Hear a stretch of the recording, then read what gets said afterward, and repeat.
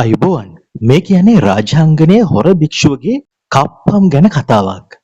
දෙමාපියන් අහිමි දරුවන්ට සමාජ සත්කාර මුවාවෙන් බැංකු ගිණුම් ආරම්භ කරමින් SF ලොක්කා රාජාංගනයේ සද්දා රතන නම් භික්ෂුව හා එම කල්ලියේ සෙසු සමාජිකයින් මද්‍රව්‍ය ජාවාරම හා කප්පල් ලබා ගනිමින් එම මුදල් දෙමාපිය රැකවරණ අහිමි දරුවන්ගේ නමින් ඇති බැංකු ගිණුම් ඊසි කෑෂ් හා එම් කෑෂ් යොදාගෙන ඒවාට බැර කර ගැනීම පිළිබඳ හෙළිදරව්වක් තමයි මේ කියන්නේ.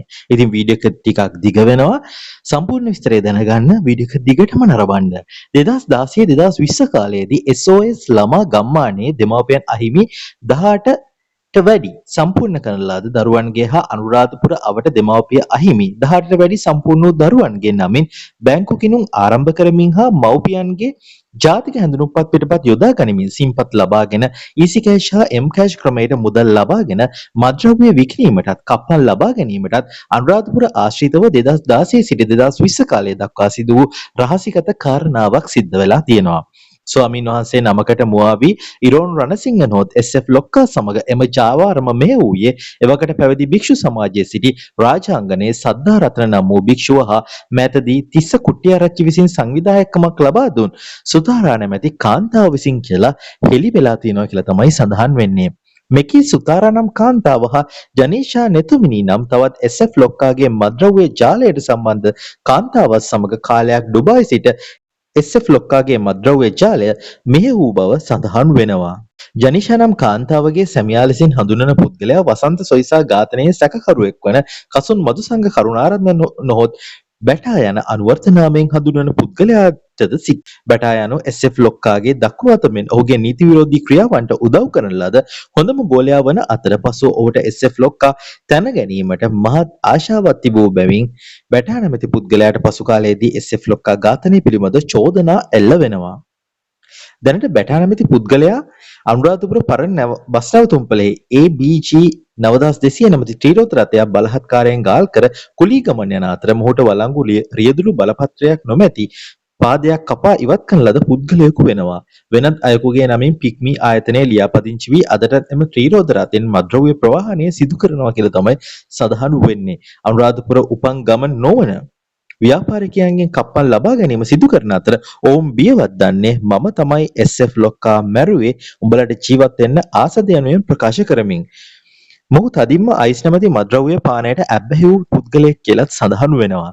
මෙම ක්‍රියාපටිපාටිය තුළ මෙකී භික්ෂුවගේ කාර්යය වූයේ දෙමව්පියන් නොමැති දරුවන්ට ඉතිරි කිරීමේ ගිරුම් ආරම්භ කොට අනාගතය සඳහා ඉතිරි කිරීම කොපමණ වැදගත් යන්න දරුවන්ට කියා දෙමින් සූක්ෂම ආකාරයෙන් බැංකු ගිණුම ආරම්භ කර ATM කාඩ් පතක් ලබා ගැනීමය.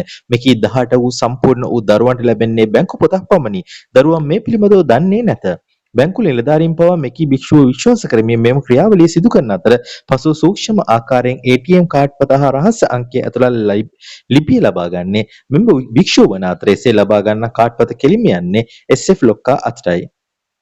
ගිණුම් හිමියාගේ දෙමව්පියන් අහිමි බැවින් මේට බැරවන මුදල් ආධාර වශයෙන් ලැබෙන බව ගිණුම ආරම්භයේ ප්‍රකාශ කිරීම නිසා කිසිදු ආකාරයක සැකයක් මෙම ක්‍රියාපටිපාටිය තුළ තිබුණේ නැහැ.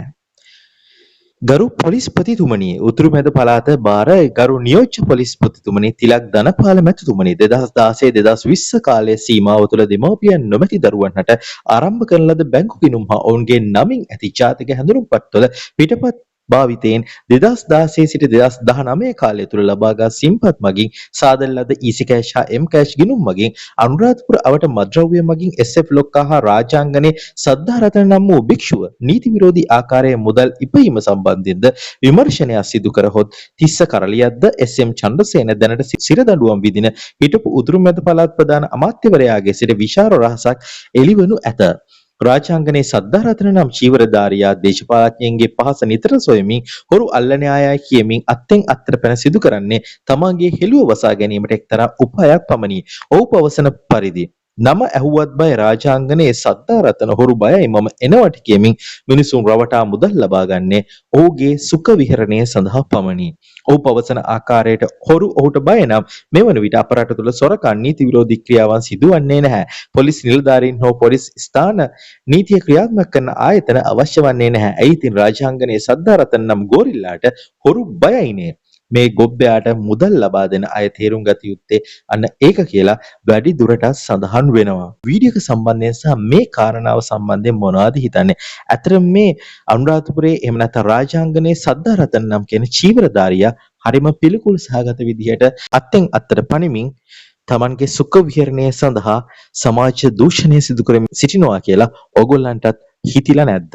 ඉතින් ඒ පිළිබඳව ඔයාගේ අදහස් හැම එකක්ම වීඩියෝ එකට පල්ලෙන් කමෙන්ට් එකක් විදිහට සමාජගත කරන්න කියලා අපි ඕගොල්ලන්ට ගෞරවයෙන් මතක් කරනවා සත්‍යක වශයෙන් ටීවී අපේ YouTube නාලිකාව ඕගොල්ලෝ තවමත් subscribe කරලා නැත්නම් අපිව මේ වෙලාවේ subscribe කරන්න කියලා ස්තුතියි.